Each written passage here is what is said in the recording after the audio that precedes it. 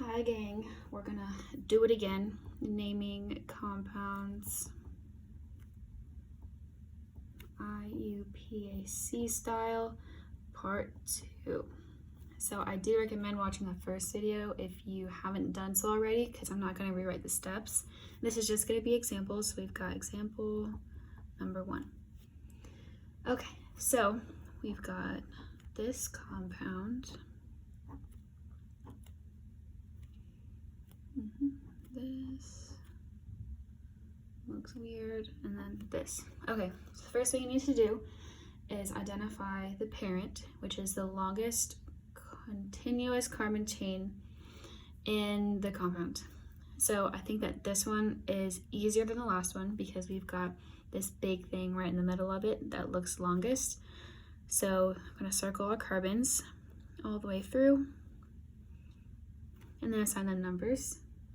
1, 2, 3, 4, 5, 6, 7. Cool, so we've got 7 carbons, and now we need to circle our parent, which is the entire thing. And now we're going to identify our substituents. These are the things that are just hanging off of our carbon compound that aren't included in this.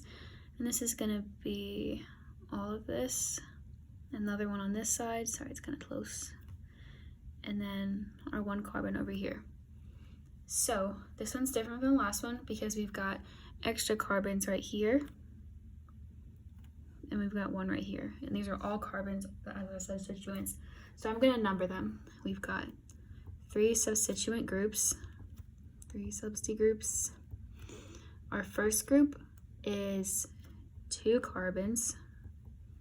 Our second group is the same thing, 2 carbons. And our third group is 1 carbon.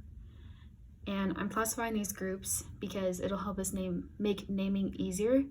And I got this 2 carbons and this 2 carbons from these blocks right here. So while it might just look like there's 1 hanging off the edge, we can't forget this carbon because it still contributes to the compound. And if we forgot it, it would make it super wrong. And this 1 carbon came from how we've got this one little C hanging off the end. Now that we've identified these substituents, we need to note where they branch off from the carbon chain itself, sorry. So our first carbon group is hanging off of the number 3. So I'm hanging off of number 3.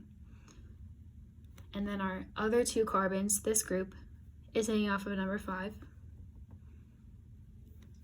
And then our last carbon, this little one hanging out by itself, is off of number 4.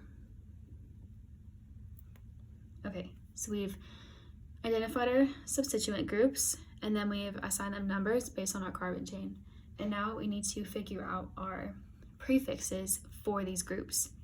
Remember the 1 through 10 golden rule, memorize these, pretty please. Carbons, the 1 through 10, since we have 2 carbons, that is going to be a diethyl, right? Yes. So we've got diethyl, and then we've got another diethyl right here. And our 1 carbon is going to be a methyl group. The reason this is diethyl is because it's 2 carbons, and the reason this one is methyl is because it's only 1 carbon. And that's just the 1 through 10 things that you got to memorize that'll make your life easier. So I highly recommend that. And now we're just going to put it all together. So first, we need to have our lowest numbers first, but we also identify them by the same substituent groups. So these are both diethyl. So even though this is 3, 4, 5, we wouldn't put 3 diethyl, 4 methyl, 5 diethyl, because that's just a hot mess for bigger compounds. So we're going to put the 3 and the 5 diethyl in the same place, and then put diethyl right here. And we are starting from the lowest number, so that's why we put the 3 first. And then we're going to put our little dash, and then our next number, or last number basically, which is 4. So I'm running out of space. 4 to the methyl. And then last thing, the best thing is to figure out which 1 out of 10 name we need to do for this carbon chain. Since there's 7, it's going to be heptane. And that's it. We've got our 3,5 diethyl groups that are right here. We've got our 4-methyl group, which is hanging off right here. And then we've got our heptane, which is the big parent carbon chain. So this is example number 1. And now we're going to do the second one. Okay. This will also be a teaching moment, so I am going to draw the same compound twice, and we're only going to use one of them to complete the problem.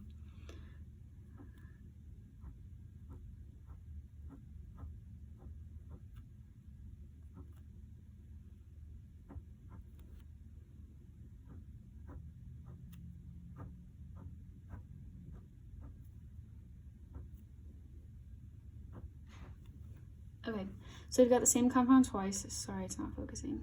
Okay, great. And now we're gonna number the compound.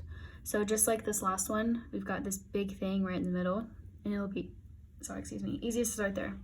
So 1, 2, 3, 4, 5, 6, 7. 1, 2, 3, 4, 5, 6, 7. And while these are the same, this example is gonna show you how important it is to number your carbons the right way. Because in the last 2 examples, we just kind of numbered like left to right, 1 through 6, 1 through 7, whatever. But this one is going to show you that it does make a difference the way you number it. So this one, let's try backwards. Let's do 7, 6, 5, 4, 3, 2, 1. For this one, we'll go forwards, just like we have been doing. 6, 7. And then we're going to circle. That 7's kind of big. And then we're going to circle the whole thing. Love it. Parents, carbons, it's all good. And now we're going to move on to the substituents. So we've got, I'm not going to box all of them because it's just the same in both compounds, but we've got these and these. And we have 1, 2, 3, 4, 5. Previously, I have been writing out each of these separately, but since these are all 1 carbons hanging off of the ends, I'm just going to put 5 carbons. And they're all 1 carbon each, so that will make it methyl.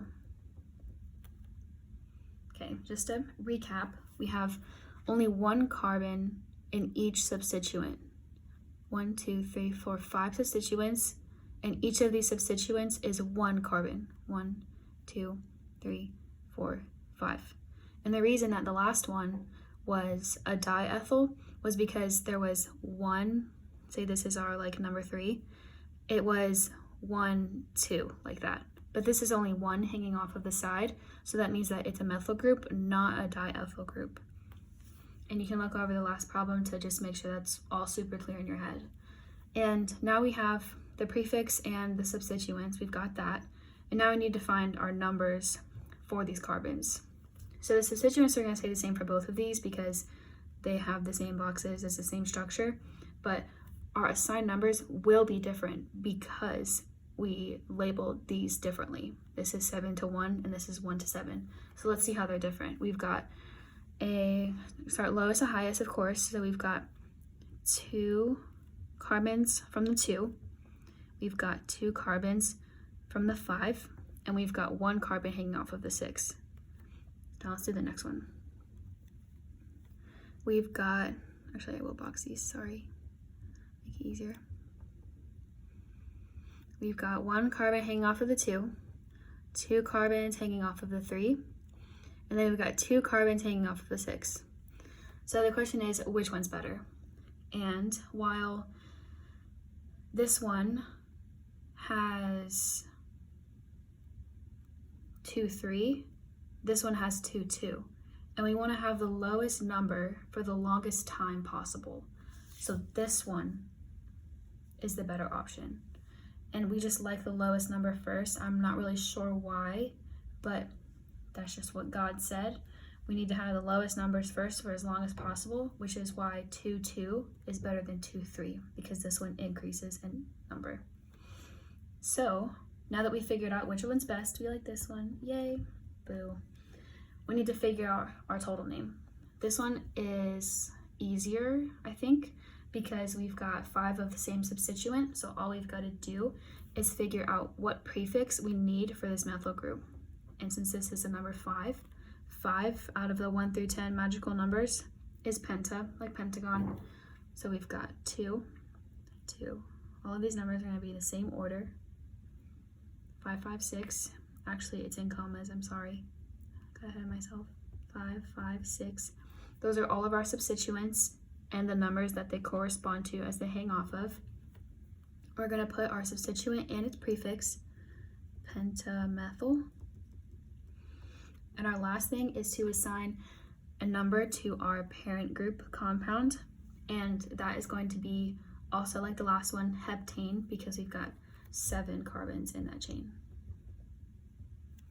And that's it. I hope that this video was helpful. I hope that I wasn't too confusing, didn't go too fast, but if you do have any questions, just make sure to comment and I'll get back to you when I can. Thanks so much.